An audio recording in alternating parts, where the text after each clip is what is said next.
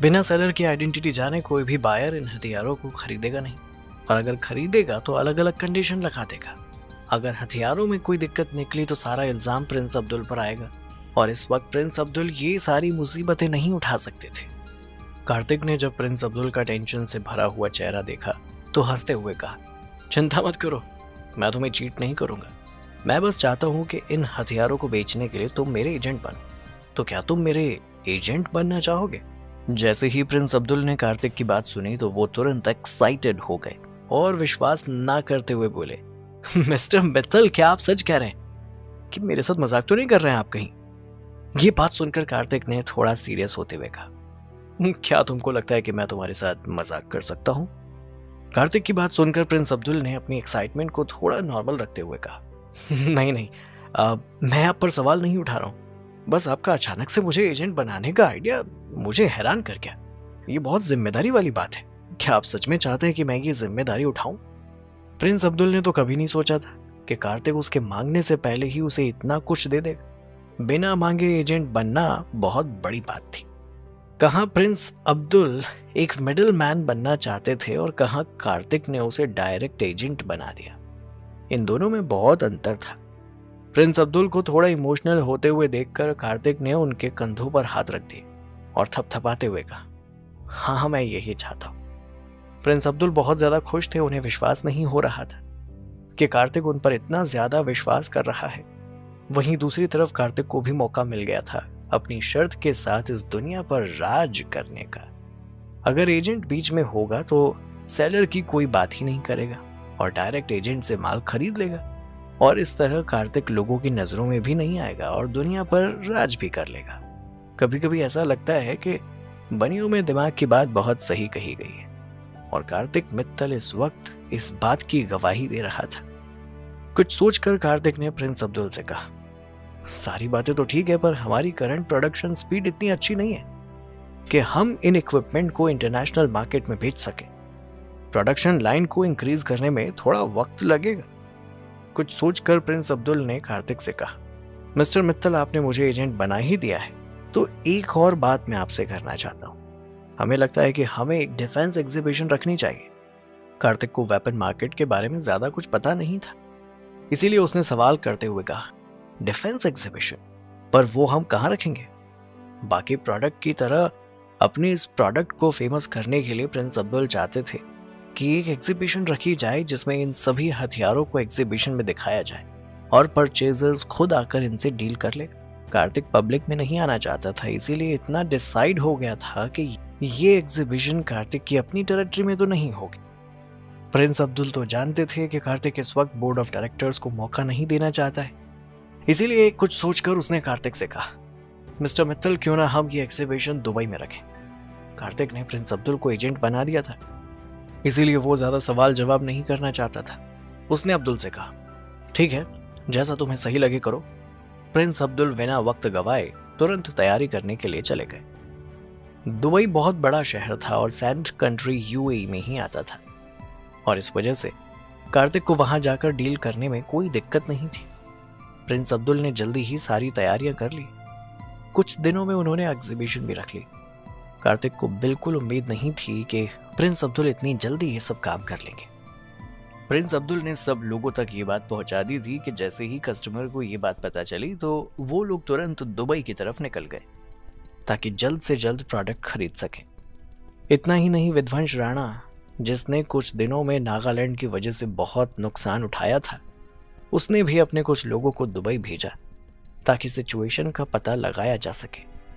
विध्वंस राणा को जैसे ही पता चला कि नागालैंड के पास अनमैन्ड कॉम्बैट इक्विपमेंट्स आ गए हैं और उन्हीं के दम पे उसने पूरे ईस्ट स्टेट को हिलाकर रख दिया है, तो विध्वंस राणा भी शांत नहीं बैठ पाया। उसे समझ में नहीं आ रहा था कि इन सब के पीछे कौन है। विध्वंस राणा ने अगले ही पल बोर्ड ऑफ डायरेक्टर्स से मदद मांगी, पर उसे कहाँ पता था कि बोर्ड ऑफ डायरेक्टर्स तो सिर्फ इस्तेमाल करना चाहते हैं, उसकी मदद नहीं करना चाहते। जब उन लोगों को पता चल गया कि विध्वंस राणा भी कार्तिक का कुछ नहीं बिगाड़ पाया, तो उन लोगों को विध्वंस पर बहुत ज्यादा गुस्सा आया और इसी गुस्से के चलते उन्होंने विध्वंस को मदद देने से मना कर दिया और साइड में खड़े होकर आराम से लड़ाई और तमाशा देखने लगे। विध्वंस राणा को इस वक्त बोर्ड ऑफ डायरेक्टर्स पर तो गुस्सा आ ही रहा था बहुत, पर अब उसकी इतनी हिम्मत नहीं थी कि वो बोर्ड ऑफ डायरेक्टर्स पर अपना गुस्सा निकाल सके।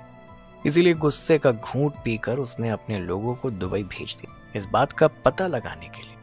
अभी तक ना बोर्ड ऑफ डायरेक्टर्स को पता था और ना ही विध्वंस राणा को कि नागालैंड की मदद कार्तिक कर रहा है और उसने ही ये अनमैन्ड कॉम्बैट इक्विपमेंट्स वहां भेजे हैं। उन्हें तो यही लग रहा था कि इस बार भी सैंड कंट्री ने नागालैंड की मदद करने के लिए ये इक्विपमेंट भेजे हैं। विध्वंस राणा चाहता था कि किसी भी तरह ये लोग उन कॉम्बैट इक्विपमेंट्स को हासिल कर ले जो इस वक्त नागालैंड के पास है, ताकि अपने दुश्मनों को वो हरा सके। इन लोगों को विश्वास था कि सैंड कंट्री उन्हें परचेज करने का मौका जरूर देंगे, क्योंकि सैंड कंट्री का और ईस्ट स्टेट का डायरेक्ट कोई कॉन्फ्लिक्ट नहीं था। प्रिंस अब्दुल ने कार्तिक को फोन करके कहा, मिस्टर मित्तल, डिफेंस एग्जीबिशन कल से शुरू हो रही है। आप एग्जीबिशन के लिए रियल इक्विपमेंट कब भेज रहे हैं? प्रिंस अब्दुल की बात सुनकर कार्तिक ने कहा, आज रात को एयरशिप से वो सारे स्टैटिक मॉडल और डायनामिक डिस्प्ले मॉडल वहां पहुंच जाएंगे। इस बात पर प्रिंस ने कार्तिक से पूछा, ये तो बहुत अच्छी बात है, क्या आप एग्जीबिशन में नहीं आएंगे? कार्तिक ने कुछ देर सोचकर कहा, मैं भी वहां पर आऊंगा, पर किसी को पता नहीं चलना चाहिए। प्रिंस अब्दुल ने तुरंत वादा करते हुए कहा, मैं समझ गया, आप चिंता मत कीजिए, यहाँ किसी को भी पता नहीं चलेगा। रॉयल फैमिली ने पहले ही सारे इंतजाम करवा दिए, कोई भी आपके आने की इंफॉर्मेशन लीक नहीं करेगा। वैसे तो कार्तिक को रॉयल फैमिली पर ज्यादा विश्वास था नहीं, पर फिर भी प्रिंस अब्दुल की बात पर कहीं ना कहीं कार्तिक विश्वास कर सकता था। रॉयल फैमिली में बहुत सारे लोग थे, उनमें से कुछ लोगों को पता था कि कार्तिक के साथ क्या सिचुएशन है और अपने मतलब के लिए वो लोग कुछ भी कर सकते थे। खैर, अगर इंफॉर्मेशन बाहर आ भी गई तो भी कार्तिक को ज्यादा फर्क नहीं पड़ने वाला था, क्योंकि कहीं ना कहीं देर सवेर बात बोर्ड ऑफ डायरेक्टर्स को पता चलनी ही थी। इसीलिए इस बात से कोई फर्क नहीं पड़ता कि बोर्ड ऑफ डायरेक्टर्स क्या सोचते हैं और क्या करते हैं। और वैसे भी अब लड़ाई तो आमने सामने की हो गई थी। इतना बड़ा शहर होने की वजह से दुबई में अक्सर बहुत सारे बड़े बड़े इवेंट होते रहते थे। कार्तिक भी जल्दी ही अपने अनमैन्ड इक्विपमेंट लेकर दुबई पहुंच गया। जैसे ही कार्तिक की प्राइवेट प्लेन दुबई के एयरपोर्ट पर लैंड हुई तो प्रिंस अब्दुल अपने लोगों के साथ वहां कार्तिक का वेलकम करने के लिए खड़े थे। मिस्टर मित्तल, मैंने आपके लिए होटल अरेंज कर दिया है, चलिए हमारी गाड़ी से चलते हैं। मैं पहले वहां आपको रेस्ट करने के लिए आपके रूम तक छोड़ देता हूँ। प्रिंस अब्दुल की बात सुनकर कार्तिक ने मना करते हुए कहा, इसकी कोई जरूरत नहीं है, मुझे होटल के बारे में पता है, मैं चला जाऊंगा, पर तुम पहले जाकर इन सारे इक्विपमेंट्स को सेटल डाउन करो। प्रिंस अब्दुल ने तुरंत कार्तिक की बात मान ली और वहां से जाने लगे। जाने से पहले उन्होंने कार्तिक से कहा, आपकी ट्रिप वहां कैसे होगी? कार्तिक ने प्रिंस अब्दुल से कहा, मुझे कुछ पास दे दो, जैसे ही इवेंट स्टार्ट होगा मैं उन्हें इस्तेमाल करके अंदर आ जाऊंगा, पर किसी को भी मेरी आइडेंटिटी का पता नहीं चलना चाहिए। प्रिंस अब्दुल ने तुरंत कार्तिक की बात मानी और उन्हें कुछ पासेस दे दिए। कार्तिक जल्दी ही वहां से अपने होटल की तरफ निकल गया। कार्तिक जिस होटल में रुकने वाला था वो एक 7 स्टार होटल था। दुबई का ये फेमस 7 स्टार होटल, जो किसी ओपन सेल की तरह लगता था। इसकी बनावट भी बहुत ज्यादा यूनिक थी, अंदर से और बाहर से बहुत ही खूबसूरती से सजा हुआ था, और इसका यूनिक एस्थेटिक टेस्ट बताता था कि इसे कितने अमीर लोग पसंद करते हैं। इस होटल में ज्यादातर बिलियनियर लोग रुकने आते थे। कई बार तो दुबई के प्रिंस और शेख कई महीनों तक इस होटल के स्वीट्स में रुकते थे, और इस होटल में एक रात रुकने के लिए कम से कम 6 से 7 लाख रुपए देने पड़ते थे। हम लोग तो कभी इस जगह के आसपास भी नहीं आते थे, क्योंकि इनकी हैसियत और पहुंच दोनों बहुत बाहर था। प्रिंस अब्दुल ने पहले ही बता दिया था कि कार्तिक उनके खास मेहमान हैं, इसीलिए होटल पहुंचते ही यहाँ का मैनेजर खुद कार्तिक को रिसीव करने आया और उसे बेस्ट ट्रीटमेंट दिया। कार्तिक को होटल का सबसे अच्छा कमरा दिया गया था, जहां से पूरा दुबई शहर और चमचमाती हुई लाइट्स दिख रही थी। इतने बड़े शहर को देखना काफी अच्छा दिलचस्प लग रहा था। कार्तिक ज्यादातर अपने आइलैंड पर रहता था, इसीलिए वो भागदौड़ भरी जिंदगी से बहुत दूर रहता था।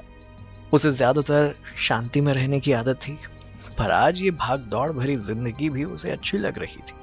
ये चकाचौंध उसे पसंद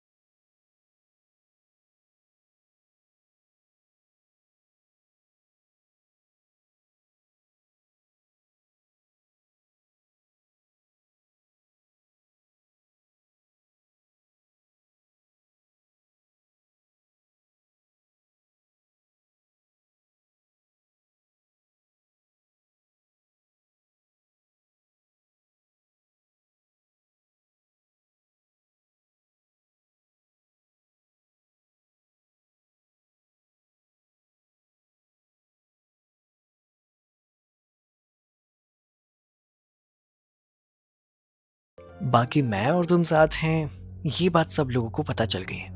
रिद्धिमा, सिया और बाकी लड़कियां मेरे पास आई थी और गुस्से में मुझे देख रही थी, जैसे मैंने कोई बहुत बड़ा कांड कर दिया हो। कुछ देर मुझे गुस्से में देखने के बाद उन लोगों ने मुझसे कहा कि मैं कार्तिक मित्तल को फंसा रही हूँ। मुझ में ऐसा कुछ नहीं है जो कार्तिक मित्तल मुझसे शादी करना चाहेगा। जैसे ही कार्तिक ने कियारा की बात सुनी तो उसे गुस्सा आ गया। उसने गुस्सा करते हुए कहा, हिम्मत कैसे हुई उन लड़कियों की तुमसे ऐसे बात करने की? शायद वो भूल रही हैं कि कार्तिक मित्तल किसी के बहकावे में नहीं आता। वो अपनी डिसीजन खुद लेता है, और अगर उन्हें मेरे और तुम्हारे रिश्ते से इतनी दिक्कत है तो मैं अभी उन लोगों को कंपनी से बाहर कर देता हूँ। उसके बाद उनमें से किसी को भी कोई दिक्कत नहीं होगी। क्या रिद्धिमा और सिया को कार्तिक अपनी कंपनी से निकाल देगा? क्या करेगा कार्तिक इन लोगों के साथ, और कैसी जाएगी डिफेंस एग्जीबिशन दुबई के अंदर? आगे की कहानी जानने के लिए सुनते रहिए जीरो। सभी दोस्तों की हेल्प की जरूरत है। सभी दोस्तों मेरे दूसरे चैनल पर 1 के सब्सक्राइब कंप्लीट कर दो। चैनल की लिंक कमेंट में दे गई है।